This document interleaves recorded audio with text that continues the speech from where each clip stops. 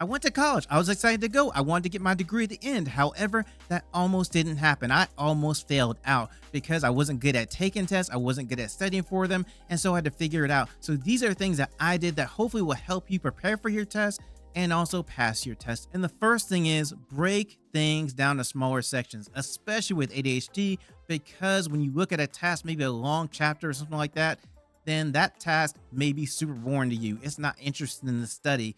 And so you break it down so you can study a little bit at a time and maybe take a break in between and then come back and study the next section.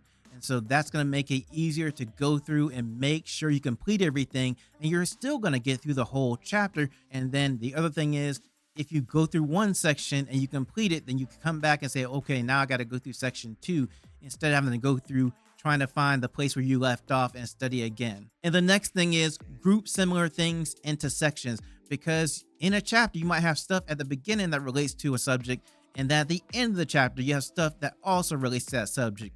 So go ahead, figure out where all that stuff relates, and then put it into a section. It's probably better to actually take out a piece of paper and start writing stuff out on that way as well, because it's going to make it easier to see. When you do that, make sure you name each section so you can look at it and know, okay, everything in here actually relates to this. For example, you have an English class, English book, and you have a section called punctuation, and you start putting things in that section so you know that when you look at that section, all your punctuation is in that section that you have to learn and go over for your test. And this is definitely essential when you have notes from class and the teacher went over something on one day and then maybe the middle of the semester went over something similar to that thing. You want to go through and make sure you group those things together so when you're studying, you don't have to go looking through 50 pages of notes or whatever it is to find the particular things that all go together. And next, what you want to do is you want to find a picture or an image that relates back to the subject that you're trying to study. For example, you're in an anatomy class, you're studying the muscles of the arm. And so what you want to do is you want to find a picture maybe of an arm, or even just draw one, maybe draw a barbell. Nothing complicated, nothing that looks really good or anything like that. It's just very simple, because what you're going to do is when you are studying, then you are going to be able to remember, hey, I was studying this, and at the top of that section was an arm. As you're at the test, then you will start to remember when you were studying all the muscles of the arm, hey, I had a picture of an arm there, and then you will start to remember things under that section.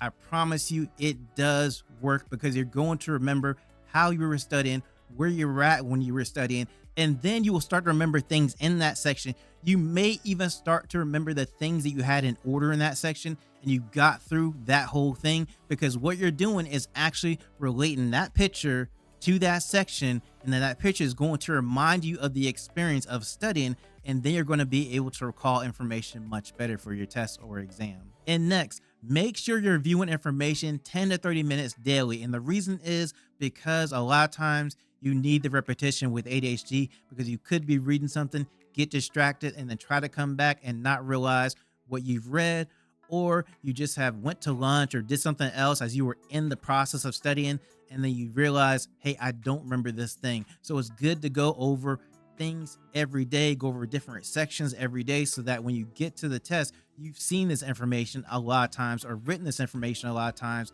It's going to be much easier to go into the exam prepared and pass that exam when you have gone through and actually done this repetition. And do not forget to review your old tests and old quizzes, because a lot of times the information from those ends up on your midterm or final. And sometimes the teacher will take the exact question from these quizzes and old tests and put them directly into the midterm and final, and that makes it much easier to pass both of those. And if you're going to be studying for a long period of time, you've got a lot to go over, then you're going to need to take breaks, especially when you have ADHD, because you're going to get to the point to where you just can't take in any more information. Your eyes start to kind of glaze over as you're reading the page and you're just not understanding anything anymore.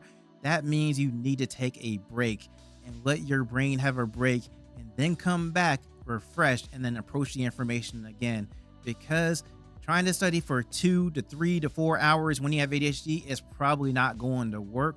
Instead, go ahead and take a break as you're going through and studying. Maybe just study for 15 minutes and then take a break, and then do the same thing the next 15 minutes, study then, and then also take a break.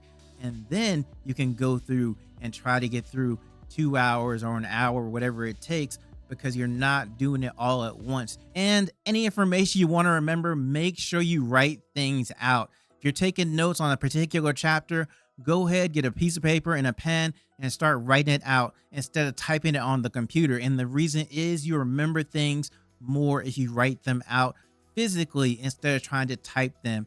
And here's a way to prove it. Go ahead, get 10 items and make a grocery list, and then write that grocery list out 10 times with paper and pen. And then go through after you're done and try to remember the things on the grocery list. I guarantee you are going to remember a lot of things on the grocery list. You might even remember them all. Now, the other thing you want to do after that is get another 10 items and make another grocery list unrelated to the items you already had before. Look at that list for about 30 seconds and put it away and try to remember everything on the grocery list. You're going to remember more on the time that you actually wrote things out as opposed to just looking at something and not doing any writing at all. And definitely learn how to do this. When you're reading, learn how to scan the page for the information that you need or scan the chapter for the information that you need. No teacher that I've ever had expects anyone to go through and read a 300-page book from cover to cover, every word. So there are going to be certain sections that you need to read and understand. And generally the teacher will emphasize that in class. They'll say, this is a really important section, pay attention to this. Or they'll go over an example or go really in depth in a certain section and you know, wow, this section is really important. So you want to make sure to note those things. And then when you're trying to study, you go through and then say, okay, these are sections they decided to go over. I'm going to go through and find the information in my book and try to make sure there's nothing in there that I haven't thought about or haven't gone over that I need to actually review again. So you're only looking for the information you need for the test or the quiz or the class instead of trying to read the whole book. And do this. See if there is some way that you can take the information you're studying and practically apply it in the real world. For example, you are studying vibrations in the water. So go to a pond, skip a rock, see how those vibrations go. Or go to a lake, see a boat, and see all the vibrations as the boat passes by and everything. That way, when you are back looking at the information, you can relate it back and say, oh yeah, I saw it at the pond or at the lake. And then it helps you to understand the information better. And then when you're on the test, you will also remember those experiences, and then you'll be able to recall the information better as well. And even though I never had one of these when I was in college, use a fidget toy. It does actually help to calm you, release some stress as you're trying to study. And that's a good thing because then you can actually concentrate on taking the information in as well. And sometimes the tactile stimulation of it is just like something that you need to pay attention to whatever you're trying to study. It helps you focus. And some people are just really tactile stimulation type learners. And the advantage of this is that you're not going to disturb your roommate by clicking a pen like I did or bouncing your leg up and down. You'll be able to study and they will be able to concentrate and study as well. And one great way to know how prepared you are for a test or a quiz is to get into a study group. Now, the thing about a study group, you're able to ask questions back and forth, bounce ideas back and forth, and then you're going to be able to hear other people's answers and you're gonna hear the information a lot more. And so after you leave the study group, you're gonna be able to feel a little bit better because you know, hey, I had a question about this. I got that question answered. Hey, you know, I didn't know that thing about this certain thing. And now that you know that thing, that you can go get better prepared for the test as you go and do your studying again. And you can do study groups online or in person. With ADHD, I would urge you to go in person to a study group. And the reason is because when you're in the presence of other people, it motivates you to actually do the work or get through whatever you're trying to study. And even if you don't do a study group, invite a friend over that's going to be there and help you. Just ask questions back and forth, review with you, just be in the room. That's also going to motivate you to study and get through the material. Here are 13 tips to help set up the perfect productivity test for students with ADHD. The first tip is to use sticky notes because they are great for reminders. If you need to remember something specific, then you write a sticky note and put it somewhere on your desk. Now, the other thing that you could also do is use it for communication. If you know your parents are coming by or you need to make sure to leave a note for your roommate, then you also have a sticky note for that as well and put it somewhere where everyone can see it. So these are two great ways that you can use sticky notes. And keep in mind, sticky notes make great labels because you can put it on a box. If you don't know what's inside or want to remind yourself what's inside, put a sticky note on there, or you put it on a particular area of your desk to remember, okay, this is where that thing goes, or this is where I should look for that specific thing. And you don't want to use the regular adhesive labels on your desk unless you want it on there permanently, because once you put it on, it's been on there for a while, it's much harder to actually take that off and get it off your desk. So use sticky notes instead unless you want that label on there permanently. And here's the next tip. Have some sort of fidget device, fidget toy at your desk, because sometimes it helps you focus and concentrate and just makes you more comfortable while you're sitting there trying to study. It could be a fidget spinner, fidget cube, whichever one that you like. You just have one. You can have multiple ones there if you want to. And then when you get into the mode where you need it, you just grab it and then use it. And you can keep on studying and keep on focusing on whatever you're trying to do. And if you are in college, sharing a dorm with a roommate, then having these instead of bouncing your leg or doing something that might disturb them is much better. Now, another type of light that may be beneficial for you is called a happy light. Now, what this is a light you put off kind of to the side to where you can see the light, but don't look directly into the light. And so the reason this is good is because it helps to kind of get your body back into the circadian rhythm. It's a light that helps you recognize it's morning, it's daylight outside. So if you're in an area where you don't get a lot of light, or in a dorm, you don't get a lot of light in the dorm, or you get to the point to where it's really shorter days, gloomy days, things like that, then this light is supposed to help you recognize, hey, this is daytime, and then you turn it off after a little while and then recognize this is nighttime. That's the point of the light. Now, I do want to give a disclaimer that it may not work for everybody, but some people do actually get a lot of benefit out of it. So just something to think about and try. And the next tip is to have some sort of sports drink at your desk when you're trying to read, study, get ready for an exam, anything mentally intensive for extended periods. You need to have a sports drink that you can sip on. And the reason is, and this is what Dr. Russell Barkley explained, is that as you're doing executive functions or things that actually tax the executive functions, you need to keep your blood glucose levels up. And so this is a way for you to replace the glucose as you are using it up. And you do not want to gulp it. You just want to sip it as you're going through reading, studying, trying to take an exam, an online exam, or whatever you're trying to do that's mentally intensive. Now, something else you need to have at your desk is going to be something you can write on. Notepads, notebooks, dry erase board, whatever you want to have there, you need to have something you can take notes down on or write things down on. Because when you're dealing with ADHD and you're trying to remember things, it's going to be really hard for you to remember one thing and try to take in more information at once and try to remember that thing.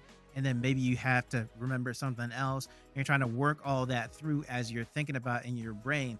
Instead, what you want to have is these notepads and things you can actually go through and say, okay, I'm trying to remember this one thing. You write it down, you get all the information out of your brain, get all the information out of your working memory, and then you have more working memory to actually take in other things, to actually remember other things. Because with ADHD, you do have a limited short-term memory. You do have a deficit in that area. And so you need to compensate for that by having things that you can just write things down on. And the other thing about this is, once you have written it down, then you know that you have gotten all the information, or you can go back and double check to make sure you have gotten all the information. But the point is to free up that working memory, to make it easy for you to not have to remember a whole bunch of things at once, to make it so that you can go ahead and just get that information down to somewhere else as you're taking in more information, and make it easier on yourself to make sure you get the information correct. And something else that you need at your desk that's really simple is going to be pens and pencils. Pencils you're going to need for math, generally because you do make mistakes, have to erase things and correct things. Pens just for anything else. Now make sure the pens that you have do actually work. I have been in a situation where I buy a whole bunch of pens, even the more expensive types of pens. I'll get to wanting to write something down and they don't work. So if you have pens at your desk, go through them, find the ones that work, and the other ones that don't work, go ahead and throw those away. And if you're accident prone, and only if you're accident prone, get mechanical pencils over regular pencils, because it's happened to adults, to teenagers, to kids, that you might sharpen your pencil a little bit too sharp, be writing on whatever you want to write on, slip up and end up with lead in your finger, And if this has ever happened to you, you know that it's not fun trying to get that lead back out of your finger. So if that is you, if you're accident prone, then get mechanical pencils over regular pencils. And by the way, limit the amount of pens and pencils at your desk, because if you do have too many, it can just clutter up your desk. And the next tip is have some sort of desk organizer so you can keep your pens, your pencils, your sticky notes, whatever else you might need for your class on your desk organized, because you don't want to just have stuff all spread out over your desk, just loose, because then you're trying to find something and maybe under something, may have papers here, papers there, trying to find your pen, your pencil, whatever you need to find, and you can't find it. So all the essential stuff that you actually need, put it into the desk organizer so that you have access to it. You don't have to go looking around for it. You can find it really quickly and easily, and it won't prevent you from getting through your studying or taking a test or taking a quiz or whatever you're trying to do at the time. Now, if you do have a drawer on your desk as well, sometimes you do have them, and so you want to get a drawer organizer inside your drawer to put extra stuff in there to make sure that it's still organized in that drawer. So then if you need it, you can open the drawer and get right to the thing that you need. And it's common nowadays that when you go to school or studying or anything like that, you probably have a laptop. So you want to get a laptop stand. And all this does is basically elevates your laptop so that you can have other stuff under it, and the laptop is not taking all the space of the desk up. And then you're trying to kind of figure out, okay, where am I going to get space to write this, or have this thing here, or have something else here that I can use and kind of spread out. That way you have all that desk space that's under the laptop that you can use for something else. And here's something you may not think you need, but I think it's really good to have one. It's a footrest, because when you're studying at a desk, going through, trying to figure out everything, going through assignments, everything like that, and you know you have to be at the desk for quite a while, then having a footrest there somewhere to just rest your feet just is more comfortable, just feels good. If you've never had one, go get one, try it out, see if you like it. But it's really more about being comfortable as you're studying, because you study better, you remember things better when you're comfortable, because being in a seat for a long time trying to study, go through, write papers or whatever you're gonna do can be quite uncomfortable. And so you might as well be comfortable as you're doing those things. And here's something else that's really about being comfortable as you study. It's going to be a blanket or an electric blanket, because I know when I'm cold or when other people are cold, it's really hard to study and pay attention to what you're doing. If you're just like shivering and freezing, or just like, hey, it's just so cold in here, you're probably going to just be thinking about that rather than trying to figure out your assignment or go through and try to study and try to pay attention to that. So being comfortable as you study, as you're taking in information, is going to help you be able to take that information better. So this is just a comfort thing for you. And something else that's going to be good to have in your desk to help your study environment be the best that it can be is going to be a diffuser. It's really hard to study or pay attention to anything if the area you're in does not smell really good. And so just to make you more comfortable, make it so that you're not paying attention to that as well, that you just have a diffuser you can put on, get a better smell on there. Some of the different essential oils and things are supposed to help with studying and paying attention as well, or relaxation, depending. I don't know a whole bunch about that, but I do know that I have a diffuser and I do put some different oils in there, different things in there, and I like the smells of the different oils and things like that. Now, if you do a roommate, you do have to kind of ask them, hey, do you mind if I put my diffuser on and give some better smells, in here and stuff like that, so that you're both enjoying the smells and the aroma and everything. And the next tip is have one of those big pink erasers, because when you have a pencil or mechanical pencils, those erasers are pretty bad and come off all the time. They'll break into 2 or 3 different pieces a lot of times. And so it's just frustrating to like try to erase something and just not be able to erase it because the eraser's broken on your pencil. And so just having one of these erasers, you do not have to worry about that. And it's going to last you a much longer time through multiple pencils as well too. I got a master's degree with ADHD, but I never took any ADHD medication. It was hard, it was a struggle, and I just had to figure things out. I did learn a lot along the way. I want to share those things with you today so that if you decide to go that same route, you're better prepared than I was when I went and tried to pursue my education. The first thing that I learned is you need some type of support system. It doesn't matter how old you are, from a child to an adult. You need someone that is there in your corner, family, friends, maybe you have a support group you go to. You definitely need some teachers that really do believe in you as well. This is super important. You need to figure out what your workarounds are. But what is a workaround? A workaround is a way that you do something that may not be the normal way of doing it, but you still get the same result as everybody else. It's just a way for you to understand something that makes sense to you, even though everybody else might be doing it a different way. You do it this way, get to the same result. You still satisfy whatever the teacher wants you to do, and you still are able to go through and complete your class. One of the easiest workarounds is where you study. You might not be able to study in a really quiet room. You need some ambient noise, you need some music. Then either put your headphones on or you go to a place that has some ambient noise that does not distract you. So now you're not studying in that quiet room, you're studying in a different environment, and that helps you to be able to actually complete your work. You will need to learn your storage capacity. And what I mean is how much information that you can take into your brain before you're like, okay, I'm done. No more information is coming into my brain at this point. And that is your working memory. That is the memory that you use to take in information and hold it into your memory. And if that runs out, and everybody has a limit, so if it runs out, you'll realize that you start forgetting things. And that might be important information you need to know. So what you want to do is you actually want to take a pen and have a notebook or piece of paper always with you. And as you're taking in information, you want to write it down somewhere else, freeing up some memory so that you can take in more information. And something else you need to do is to make sure you're taking breaks. You don't want to be studying for an hour, 2 hours with ADHD and not taking any sort of break. Your brain needs a time to refresh. And then once you take that break, you take a 5-minute break, you come back, and then you start studying again. And then at the next 15 minutes, you take another 5-minute break. This is called the Pomodoro method. It's a great way to make sure you get those breaks, and you will experience this deadline motivation. What I mean is, as a deadline gets closer to you for an assignment or test or whatever, you're going to be more motivated to do that thing. And the reason is, it's now become important to you. And this has to deal with what's called a time horizon, which is a point to where the amount of time it takes for something to actually be important enough to you that is urgent.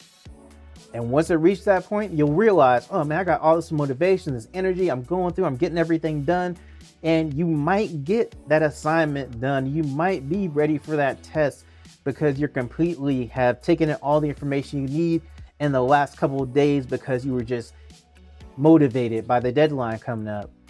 But also, you might get to the point to where you just have run out of time because you waited so late to do it. And this is a really neat memory trick that's going to help you a lot, is instead of trying to remember that piece of information just by itself, associate it with something else, a thing, a letter, a shape, whatever you want to use to actually associate whatever you're trying to remember with something else. For example, you're trying to remember a name of a person, and maybe that person's name is Joe. And you just want to remember Joe because he's important and you need to figure out something and y'all going to work together on something. And at that point, you're not sure you're just going to be able to remember it by itself. So you associate Joe with something that he does. Joe likes to play soccer. And so when you think about Joe, you say, okay, Joe, soccer. And so next time you see Joe, you'll think of soccer and you'll be like, soccer? Oh, your name is Joe. And so that way you remember it. It sounds kind of like, okay, is that really going to work? It really actually does. If you do this with a lot of different things, then you will start to remember things better because now you're associating different things with different people. It makes it really easy to actually jog your memory of that person or that piece of information. And that's going to help you a lot when you're in college. And one of the ways that you can use association is by visual note taking. Now, what this is, instead of just writing your notes out normally, you're going to actually use pictures and arrows and things like that to jog your memory about different pieces of information. So teachers up there talking about somebody traveled to somewhere to sell something to somebody or meet somebody, then you might draw a boat or a car or a plane, put that person's name under it, and then draw an arrow and put another person, draw a little stick figure on the other side, put the other person's name on there, and then that's going to jog your memory. This person went to meet this person. And then you'll remember more about that information because you have attached all the other information in your brain because of the picture. You're going to have to review things more than one time, probably 2 or 3 times when you have ADHD, and it's just because you may forget something you learned in class, or may not have written something down right, or you read something and have to read it 2 or 3 times. One of the best ways to do this is to use flashcards. When I was in school, didn't have the cool programs online that could use flashcards like that. Get a flashcard out, write it down, everything I want to write down the flashcard, and then write the answer on the back, and just do it. Like, read the question, turn it over to see if the answer is right, and I got the information. You can use programs like Quizlet. I think the other one's called like Course Hero, but they have a lot of different ones that do have flashcards that way. They do actually have exam questions and quizzes from real things, but just be warned, don't go on Quizlet trying to use that when you're taking a test or a quiz or anything. It's not a good thing, because generally tests now are timed, and teachers are smart enough to know that you're probably going to go on Quizlet. So they do change things. And also, you may not have enough time to actually do all that. As you're searching, the time is just winding down, and you already probably need extra time just to go through the exam once. So you don't want to spend extra time doing something that probably is not going to find the answer you need anyway. A lot of people may not like group projects or study groups, but these things are great when you have ADHD. And the reason is because, one, you get the interaction generally between people that you know in class and things like that. You get to kind of get to know them. But the other thing about it is that you have a group that's going to help you be accountable for your classwork, or your part of the project, or you're accountable to them when you have to meet up for the study group and study together. So all this is very good when you have ADHD, because it kind of puts these extra guardrails on you, like, hey, I have to do this part of my group project, or I have to go to the study group. The other thing is, you're going to hear the information more than once, which is really good for ADHD. Now, one of the best things that's really important to learn is how to do an outline, because an outline can be used in so many different situations. You're gonna have to outline your papers before you write them to make sure you have all your things in different sections and everything. But when you're studying just for a normal test, you can also outline what you're going to study and what things go under which heading. And so it's really important to be able to break things down to know how to do an outline. Now, as much as you can, you want to limit your distractions. You want to be able to be in a place where you can concentrate, do your work, write your papers, everything like that. You do not want to be super distracted. I remember when I was growing up, the TV was my biggest distraction. I would sit there in front of the TV and try to do my schoolwork and just never really get done until the programs that I thought were really cool were gone off. And then I try to do my homework, and it was a struggle to get it done, because by that time I didn't have enough time to complete it. And so that can be an issue. One of the easiest ways to organize your schoolwork is to actually have different color folders for different classes. Math is red, biology is green. That way you can just look at the folder and know, is this the right folder for this class? And you don't get confused by picking up the wrong folder and taking it to class, or picking up the wrong folder when you want to go and study and you don't want to bring all your folders or notebooks with you. When you're in college and have in-person classes, you're going to have to choose a time you want to go to class. They generally have a morning class, a mid-afternoon class, an evening class. Sometimes they just have the morning class, but generally you have 3 different options. What I would recommend is don't choose a morning class unless you just absolutely have to, or you're just a morning person. But a lot of people I know with ADHD, they go to bed really late at night, and then they want to sleep, and they don't want to get up at 6 or 7 o'clock or 8 o'clock in the morning to go to class and be in class until 10. That's just not a thing that's really enjoyable for them. Wasn't enjoyable for me either. So I never took morning classes when I was in college. Once I got to the point that I realized I can take these classes at a different time later in the day. So that would be my recommendation for you too, if you have to sign up for classes and you have a choice between the different times. When you're trying to figure out which class you should concentrate on first, when you have work to do in multiple classes, do the easy class first, get that out of the way and reach that goal of that being done and complete, and then go to the other class that's harder and do that work next, because you may have to spend more time on the harder class. And if you do that class first and never get to the easy class, you might miss out on doing the classwork for the easy class. Plus, it's just going to make you feel a lot better knowing that you have something already complete and done, and now you're going on to something that's going to be harder, and you need to be motivated to do that. And that's what being done with the easy classwork will do. When I study, the thing that really frustrates me is the fact I'll come across a word and I just don't know what the word is, and I'll keep reading and get to that word again, or get to a part that actually needs me to know that word to understand the rest of it. And what happens is then I don't understand the thing I just read. So I end up having to go back and try to figure out what that word is. So what I mean is, when you are reading along and you come to a word you don't understand, go ahead and look up that word, get the dictionary out, look it up on Google or whatever, and then make sure you understand the meaning of that word, and you make sure you understand the meaning of how it's used in the sentence, because that way when you come across that word again, you will understand it. Now, if you go through and read through something and you don't understand a word of it, then what happens, or what could happen, is that you don't get the whole meaning of whatever you're reading, and it's going to be much harder for you to remember things as you're going through and reading it, because in the back of your mind and your brain's like, you don't understand that word, so how am I going to understand the context and everything else that you're reading when you don't understand that word there? And so what you want to do, what's going to help you to remember, is if you know every word that you read, if you know the meaning of every word that you read, then you'll be able to comprehend it better, and your brain will help you to remember that word better. And with ADHD, it's very good to have anything that we can use as an aid to make sure that we can remember things better. So this is an easy little tip for you to do when you start studying things. Now, here's something else that's really interesting.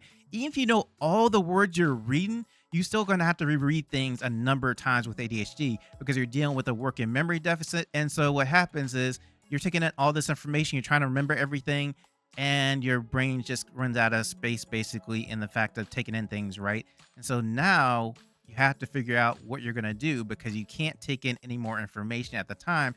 You'll be reading along and you're just not getting it. You're just like, I don't understand why I'm not getting this. I've reread it like 4 or 5 times, and you're still just like, what's going on? So what I would suggest to you is to make sure that you write things down somewhere to get that information onto a piece of paper or just somewhere else, so you can start taking in more information.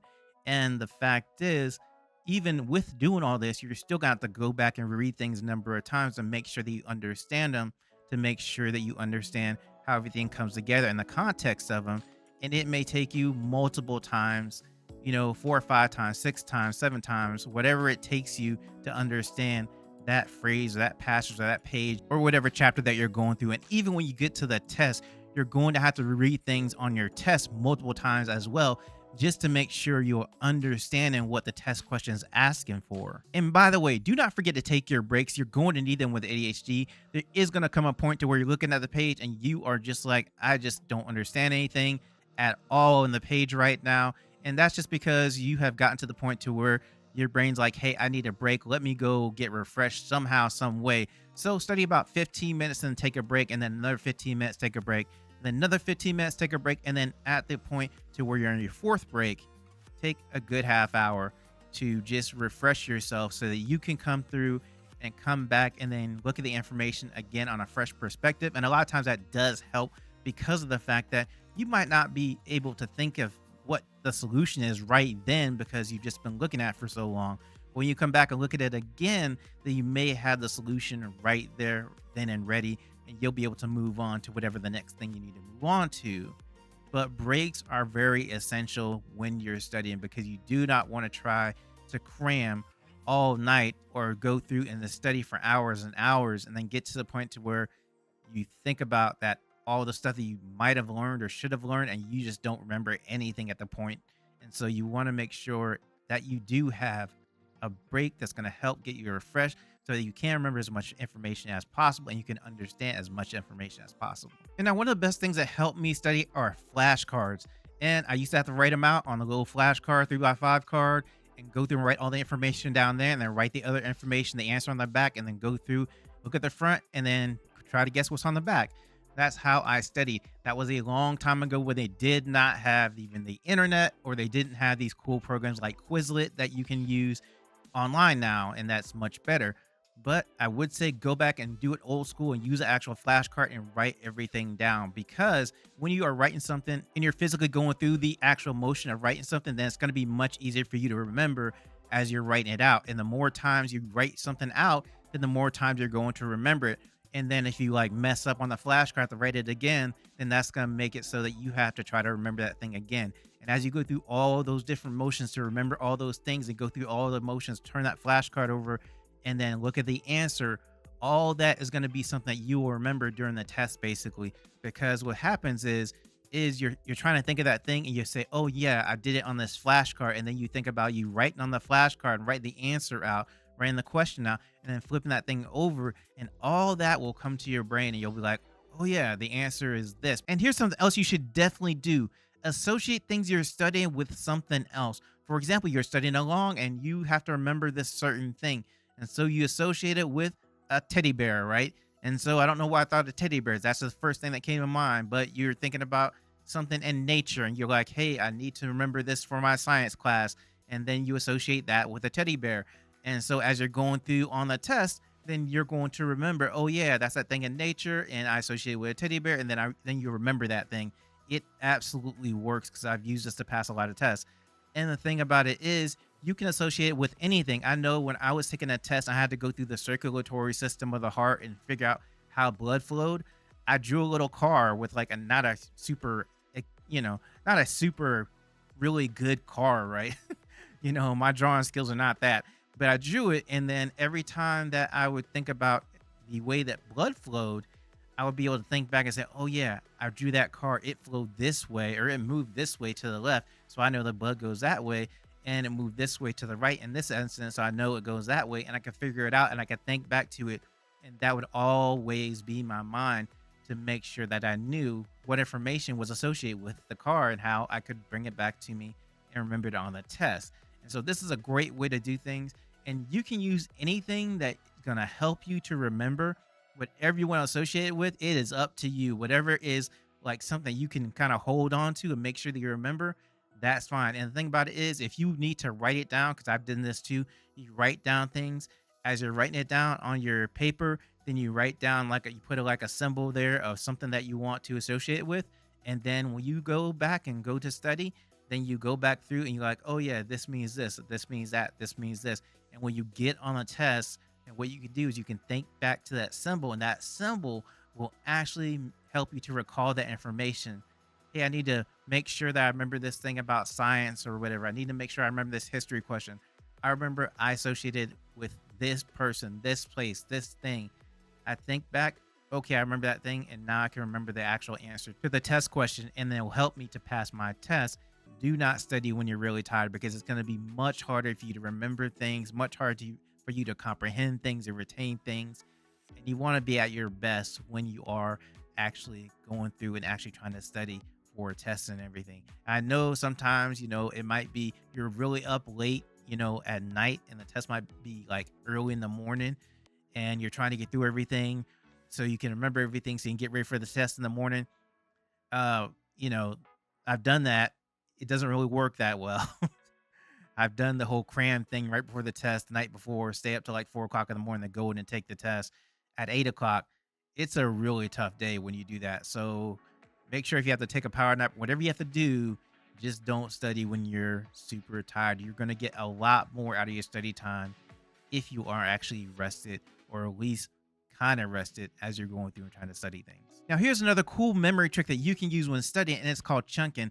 Now, what this is you take similar things together and you put them in one chunk of information, and you put them together as, hey, I'm going to remember all the things for the heart, or all the things for the muscles, or all the things for bears or porcupines or whatever it is, right?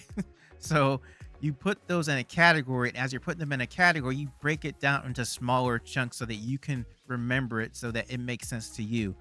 Because what's going to happen is you're going to be able to remember those things in those chunks because they're going to be associated with each other. So if you have something like, hey, I'm going to learn this recipe for cooking, right? And you say, this recipe has so many different things in it, but I know it has these different sugars in it.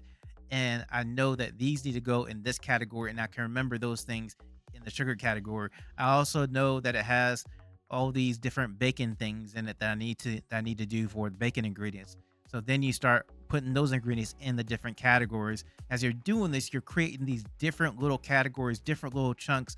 And so you actually associate those things together. So when you're trying to remember those things, then you're able to recall the first thing and recall the second thing, recall the third thing. It's going to make a lot more sense to you. Now, I use cooking as an example, but you can use this for anything. But it's really good when you're studying because a lot of times you're trying to figure out ways, okay, how am I going to remember this thing I need to remember on the test? And you got like chapters to go through, multiple chapters and multiple questions and multiple review questions. You're trying to figure out ways to actually remember that stuff easier and better. And this is a great method to do that because now you're breaking it down so that you aren't trying to remember as much information all at once with everything else.